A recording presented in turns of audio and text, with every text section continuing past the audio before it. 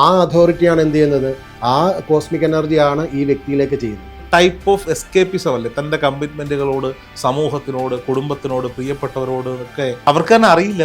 അവർക്ക് തന്നെ പലർക്കും അറിയില്ല. കാരണം അറിയില്ല എന്ന് പറഞ്ഞാൽ എന്തുകൊണ്ടാണ്, അവരുടെ ഉള്ളിൽ അവർ പോലും അറിയാത്ത സമയം, അമ്മയുടെ വയറ്റിൽ കിടക്കുന്ന സമയത്തുള്ള പ്രശ്നങ്ങൾ അവർക്ക് അറിയില്ലല്ലോ. അതെ. സോ ആ സമയത്ത് ഉണ്ടായിരിക്കുന്നതായിട്ടുള്ള പ്രശ്നങ്ങളെ കറക്റ്റ് ചെയ്യാനായിട്ട് ഒരു കൗൺസിലിംഗ് തെറാപ്പി കൂടെ ഒക്കെ സാധിക്കും. അത് ജനങ്ങൾ മനസ്സിലാക്കണം എന്നുള്ളതാണ് ഞാൻ പറഞ്ഞത്. എന്ത് ടൈപ്പ് ഓഫ് തെറാപ്പിയാണ് നമ്മൾ സജസ്റ്റ് ചെയ്യുക? പലതരത്തിലുള്ള തെറാപ്പിയുണ്ട്. ഈ പ്രണയനൈരാശ്യവുമായി ബന്ധപ്പെട്ട് താങ്കൾ അനുഭവിക്കുന്ന മാനസിക വ്യഥകളുമായിട്ട് ആളുകൾ വരാറുണ്ട്. അവരോടൊക്കെ എടുക്കുന്ന ഒരു രീതി എങ്ങനെയാണ്, എന്താണ് അവർക്ക് വേണ്ടി സജസ്റ്റ് ചെയ്യുക? നമസ്കാരം, അബാക് മീഡിയയിലേക്ക് സ്വാഗതം. അബാക് മീഡിയയിൽ ഇന്ന് അതിഥി സൈക്കോളജിസ്റ്റും ആക്സസ് ബാർ ട്രെയിനറുമായ സൂരജ് കുമാറാണ്. ചേട്ടാ നമസ്കാരം. നമസ്കാരം. സൂര്യചേട്ടനുമായിട്ട് കുറേ നാളുകൊണ്ട് ഫോണിൽ ബന്ധമുണ്ടെങ്കിലും ഇന്നാണ് ആദ്യമായിട്ട് ഒരുപാട് തവണ സംസാരിച്ചിട്ടുണ്ട്. താങ്കൾ സ്റ്റാറ്റസുകൾ ഇടുമ്പോഴൊക്കെ നമ്മൾ കാണാറുണ്ട്, താങ്കൾ ഇൻസ്റ്റാ പേജിൽ അപ്ഡേഷൻസ് ഒക്കെ കാണാറുണ്ട്. എന്തായാലും അബാക് മീഡിയയിലേക്ക് സ്വാഗതം. Thank you. Psychology, access bar, DMIT അടക്കം ഒട്ടനവധി കാര്യങ്ങളെക്കുറിച്ച് ഈ ഒരു വരും അധ്യായങ്ങളിലും ഈ അധ്യായത്തിലുമായി നമുക്ക് സംസാരിക്കാറുണ്ട്. സൈക്കോളജിയിലേക്ക് തന്നെ പോവുകയാണെങ്കിൽ, നോർമലി മാനസികമായി ചില ബുദ്ധിമുട്ടുകൾ ഉണ്ടാകുന്ന ആളുകളും ഒക്കെ ആയിട്ട് പലപ്പോഴും നമ്മൾ പല സൈക്കോളജിസ്റ്റുമാരെ കാണാൻ പോയിട്ടുണ്ട്. അവരുടെ കൂടെയും അല്ലെങ്കിൽ നമ്മളുടെ നിർദ്ദേശപ്രകാരവും പലരെയൊക്കെ കാണാൻ പോകാറുണ്ട്. കൂടുതൽ പേരും പറയുന്ന ഒരു കാര്യമാണ്, ഒരു സൈക്കോളജിസ്റ്റിൻ്റെ അടുത്തേക്ക് ചെല്ലുമ്പോൾ ഒരു അരമണിക്കൂർ ഇവരുടെ പ്രശ്നങ്ങളൊക്കെ കേട്ടിട്ട് പെട്ടെന്ന് തന്നെ ഇവരെന്ത് ചെയ്യും, ഒരു സൈക്കാട്രിസ്റ്റിന് റെഫർ ചെയ്ത് വിടും. നിങ്ങൾക്ക് മെഡിസിൻ ആവശ്യമാണ്, മെഡിസിൻ എടുക്കുന്നതാണ് നല്ലത്. സോ അതിൽ സൂര്യചേട്ടനൊക്കെ എടുക്കുന്ന ഒരു മെത്തേഡ് എങ്ങനെയാണ്? ഒരാൾ താങ്കളുടെ അടുത്തേക്ക് വരുമ്പോൾ എന്ത് മെത്തേഡിലാണ് അയാളെ കാണുന്നത്, ഏത് രീതിയിലാണ് കാണുന്നത്, അവർക്ക് എന്ത് ടൈപ്പ് ഓഫ് ഹീലിംഗ് പ്രോസസ്സുകളാണ് നമ്മൾ കൊടുക്കുക? അതിനകത്ത് അങ്ങ് പറഞ്ഞതിനകത്ത്, രോഹിത് പറഞ്ഞതിനകത്ത് ചില ആൾക്കാർ അങ്ങനെ ചെയ്തിട്ടുണ്ടാവാം. പക്ഷേ ഒരു ഞാൻ ചെയ്യുന്ന മെത്തേഡ് എന്ന് പറഞ്ഞു കഴിഞ്ഞാൽ, ഒരു വ്യക്തി ആദ്യം വന്നു കഴിഞ്ഞ് കഴിഞ്ഞാൽ ആദ്യം അവർക്ക് പറയാനുള്ള പ്രശ്നങ്ങൾ കേൾക്കുക എന്നുള്ളതാണ് നമ്മൾ ആദ്യം ചെയ്യുന്നത്.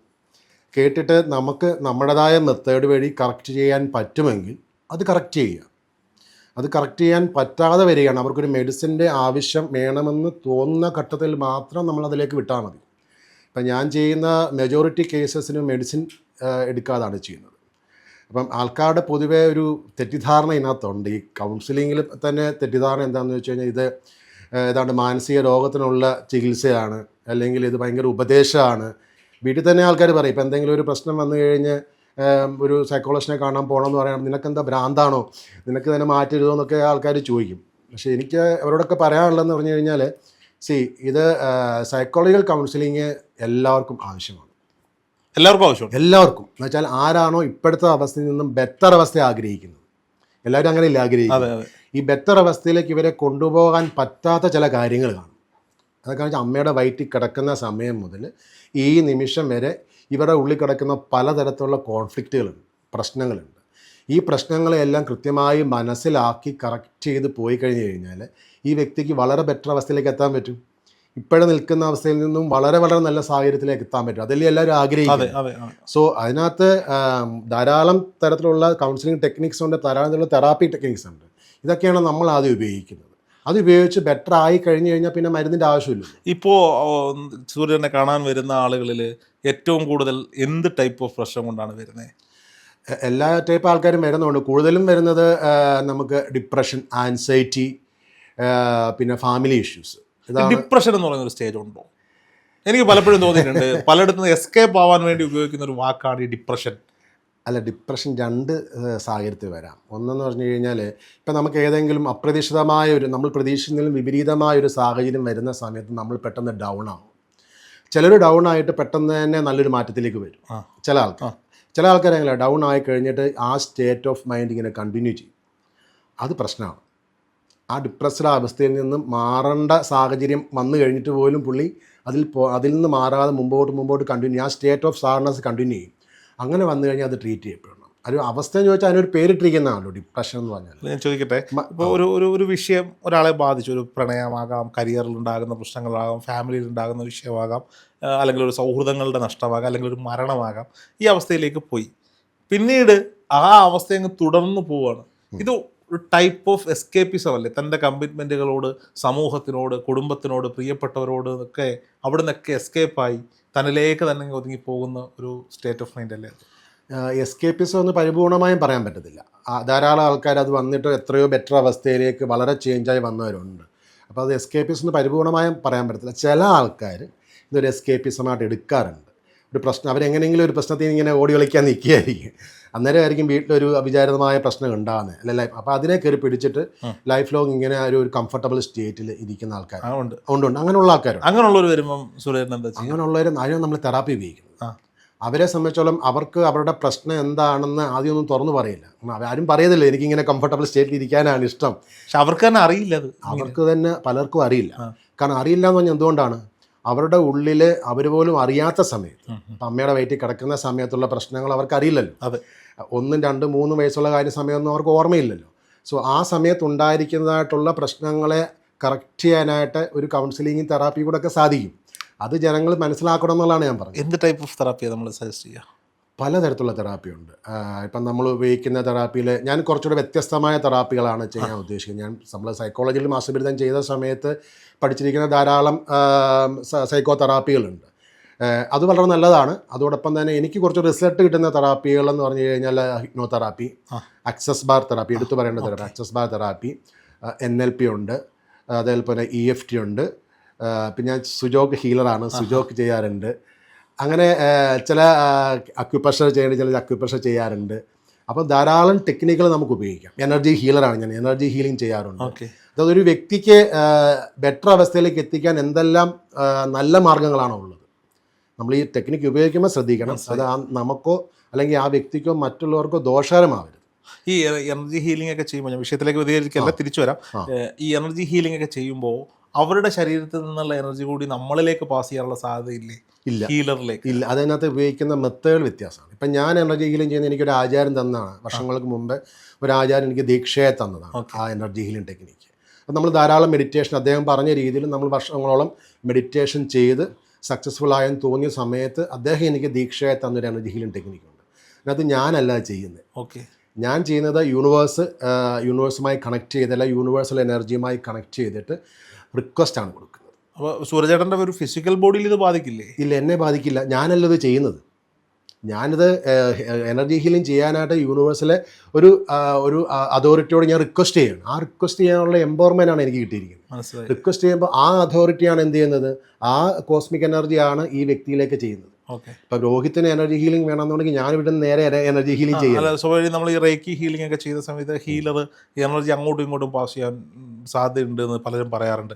അപ്പോൾ ചിലർ ഹീൽ ചെയ്ത് കഴിയുമ്പോൾ ഇവർക്ക് ഭയങ്കര നെഗറ്റിവിറ്റി ഉണ്ടാവാറുണ്ട്. തലവേദന, ശരീരവേദന, ക്ഷീണം ഒക്കെ ഹീലർക്ക് സംഭവിക്കാറുണ്ട്. അപ്പോൾ അത് എനർജി പാസിംഗ് ആണെന്ന് നമ്മൾ കേട്ടിട്ടുണ്ട്. അത് ഓരോ മെത്തേഡ്സ് ഉപയോഗിക്കുന്നതിലെ അപാകതകളാണ്.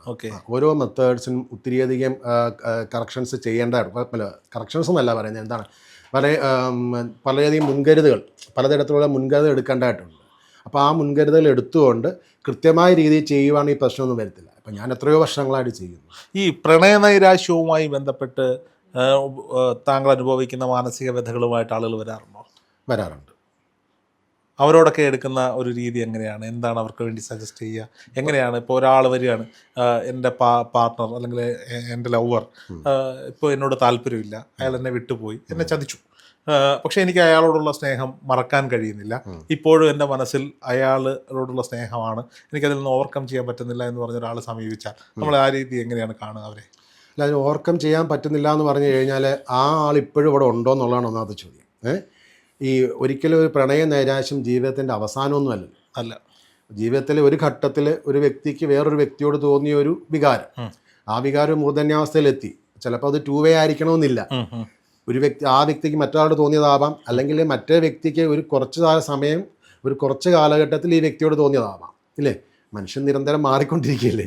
കുറേ നാൾ കഴിയുമ്പോഴത്തേക്ക് അവരെന്ത് ചെയ്യും, ബെറ്റർ ആയ ഒരു പേഴ്സണെ കണ്ടെത്തുമ്പം അല്ലെങ്കിൽ ഇതിനേക്കാളും ബെറ്റർ ആണെന്ന് തോന്നുമ്പോൾ ചിലപ്പോൾ ഏതെങ്കിലും ഒരു കക്ഷി മാറിയെന്നിരിക്കാം. അങ്ങനെയുള്ള ധാരാളം കേസ് ഞാൻ ചെയ്തിട്ടുണ്ട്. ഒരു എക്സാമ്പിൾ പറയും.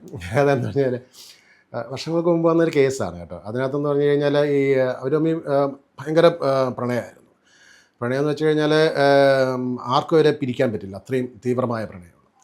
അപ്പം അതിനകത്ത് പെൺകുട്ടിയുടെ അമ്മ ഇതേപോലെ തന്നെ ഇവരങ്ങനെ അതിന് മുമ്പായിട്ട് ഇവർ ഒളിച്ചോടി. ഇവർ വീട്ടിൽ നിന്നെല്ലാം ആരെ അറിയിക്കാതെ ഒളിച്ചോടി പോയി അമ്പലത്തിൽ പോയി ചെറിയൊരു ഇതൊക്കെ ഒരു മാലയൊക്കെ ഇട്ട് അങ്ങനെ രജിസ്റ്റർ മാരേജ് ചെയ്തിട്ടില്ല, അല്ലാതെ വിവാഹം കഴിച്ചു. അത് കഴിഞ്ഞ് ഇവർ ഒരുമിച്ച് താമസിക്കാൻ തുടങ്ങി. അത് കഴിഞ്ഞ് പിന്നെ കുറേ ദിവസം കഴിഞ്ഞപ്പോഴത്തേക്ക് ഈ പെൺകുട്ടിയുടെ അമ്മ ഭയങ്കര ആത്മഹത്യാ ഭീഷണിയൊക്കെ മുഴക്കി.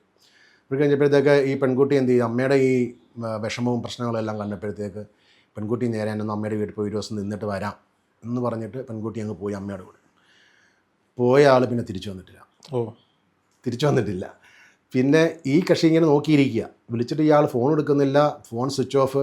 അങ്ങനെ ഇദ്ദേഹം എന്ത് ചെയ്തു, ആ പ്രണയ നൈരാശ്യത്തിൽ പുള്ളി ഇങ്ങനെ മദ്യം മദ്യം അങ്ങനെ കഴിക്കുന്ന ഒരു വ്യക്തി ആയിരുന്നില്ല, വല്ലപ്പോഴും കഴിക്കുന്ന ഒരു ആളായിരുന്നു. പിന്നെ അത് പുള്ളി കണ്ടിന്യൂസ് ആയിട്ട് കഴിക്കാൻ തുടങ്ങി. സാധനം മേടിച്ച് വീട്ടിൽ വെച്ചിട്ട് ഒരു കുപ്പി 2 കുപ്പിയൊക്കെ കഴിക്കാൻ തുടങ്ങി. രാവിലെ തൊട്ട് വൈകുന്നേരം വരെയും മദ്യപാനം തന്നെയാണ്. അപ്പോൾ അവരുടെ റിലേറ്റീവ്സ് എല്ലാവരും എങ്ങനെയെങ്കിലും ഇദ്ദേഹത്തെ രക്ഷിക്കണമല്ലോ. അങ്ങനെയാണ് അദ്ദേഹം നമ്മുടെ അടുത്ത് വന്നത്. അപ്പോൾ അതിനകത്ത് ഇതേപോലെ ഇദ്ദേഹത്തിനോട് പറഞ്ഞത്, എനിക്കിനി അവളെ വേണ്ട. കാരണം ഇടയ്ക്ക് അവരെ വീട്ടിൽ കയറി കല്യാണം ആലോചിച്ചു, വിവാഹം ഉറപ്പിച്ചെന്ന് വരെ പുള്ളി അറിഞ്ഞു. അപ്പോൾ പുള്ളി പറഞ്ഞു, എനിക്കിനി അവളെ വേണ്ട, അതുകൊണ്ട് എങ്ങനെയെങ്കിലും അവരുടെ ആ ഒരു മുഖം, അവരുടെ ആ ഓർമ്മ എന്നിൽ നിന്ന് മാറ്റിത്തണം. ഞാൻ പറഞ്ഞത് പോസിബിളാണ്. ഓർമ്മകൾ മാറ്റാൻ പറ്റും. ഓർമ്മ എന്ന് വെച്ച് കഴിഞ്ഞാൽ ആ വ്യക്തിയെപ്പറ്റി ചെറിയൊരു തോന്നലുണ്ടെങ്കിൽ പോലും, നമ്മളെ ജീവിതത്തിൽ ചതിച്ച ഒരാളല്ലേ, ചെറിയ തോന്നലുണ്ടെങ്കിൽ പോലും എന്നാലും ആ വ്യക്തിയുമായി ഇടപഴകിയ പല നിമിഷങ്ങളും പല കാര്യങ്ങളൊക്കെ ഉണ്ടല്ലോ, അതെല്ലാം നമുക്ക് എന്ത് ചെയ്യാം, ആ ഇമേജിനെ പരിപൂർണമായും വ്യക്തിയിൽ നിന്ന് നമുക്ക് മാറ്റാൻ പറ്റും. അതിനുള്ള തെറാപ്പികൾ അവൈലബിൾ ആണ്. അതിനകത്ത് തെറാപ്പി കൂടെ നമുക്ക് കറക്റ്റ് ചെയ്തെടുക്കാൻ പറ്റും. അപ്പം ഞാൻ അദ്ദേഹത്തെ ഇതേപോലെ തന്നെ ഹിപ്നോസിസും NLP ആണ് ടെക്നിക്സ് ആണ്. ഈ ഹിപ്നോസിസ് ചെയ്യുന്ന പല ആളുകളും അവകാശപ്പെട്ടിട്ടുണ്ട്, മനസ്സിൽ അടിഞ്ഞുകൂടി കിടക്കുന്ന ബാഡ് ഇമോഷൻസ്, ബാഡ് എക്സ്പീരിയൻസുകളെ എടുത്ത് പുറത്ത് കളയാൻ പറ്റുന്നു. അത് പറ്റുമോ? എനിക്ക് അത് വിശ്വസിക്കാൻ. അതിനകത്ത് എന്താണെന്ന് വെച്ചാൽ, എന്തുകൊണ്ടാണ് ഈ ബാഡ് ഇമോഷൻസ് സ്റ്റോർ ചെയ്യുന്നത്, അതാണ് നമ്മൾ ആദ്യം പഠിക്കേണ്ടത്. ഒരു വ്യക്തിക്ക് എപ്പോഴും ബെറ്റർ ആവാനാണല്ലോ ആഗ്രഹിക്കുന്നത്. ആ വ്യക്തിയുടെ ഉള്ളിൽ പലതരത്തിലുള്ള നെഗറ്റീവായിട്ടുള്ള ഇമോഷൻസ് കാലാകാലങ്ങളായി അടിഞ്ഞുകൂടിയിരിക്കുന്നത്. ശരിക്കും ആ വ്യക്തിക്ക് വേണ്ടത് ആവശ്യമുണ്ടോ? അത് ആവശ്യമില്ലല്ലോ. അപ്പം നമുക്ക് ആവശ്യമില്ലാത്തൊരു സാധനം എന്തിനാണ് ശരീരത്തിനകത്ത് വെച്ചുകൊണ്ടിരിക്കുന്നത്, മനസ്സിനകത്ത് വെച്ചുകൊണ്ടിരിക്കുന്നത്. അപ്പോൾ അദ്ദേഹത്തിന് ബോധതലത്തിൽ അത് മാറ്റാൻ പറ്റുന്നില്ലെങ്കിൽ പോലും അദ്ദേഹത്തിൻ്റെ ഉള്ളിൽ സബ് കോൺഷ്യസ് തലത്തിൽ മാറ്റണമെന്നുണ്ട്. അവിടെയാണ് നമ്മൾ അക്സസ് ചെയ്യുന്നത്. മനസ്സിലായോ? അപ്പം നമ്മളവിടെ തെറാപ്പിയിൽ കൂടി അവരുടെ കാര്യങ്ങൾ അവരെ പറഞ്ഞ് മനസ്സിലാക്കി യാഥാർത്ഥ്യബോധം ഡെവലപ്പ് ചെയ്യുക എന്നുള്ളതാണ് ഈ തെറാപ്പി കൂടെ എല്ലാം ചെയ്യുന്നത്.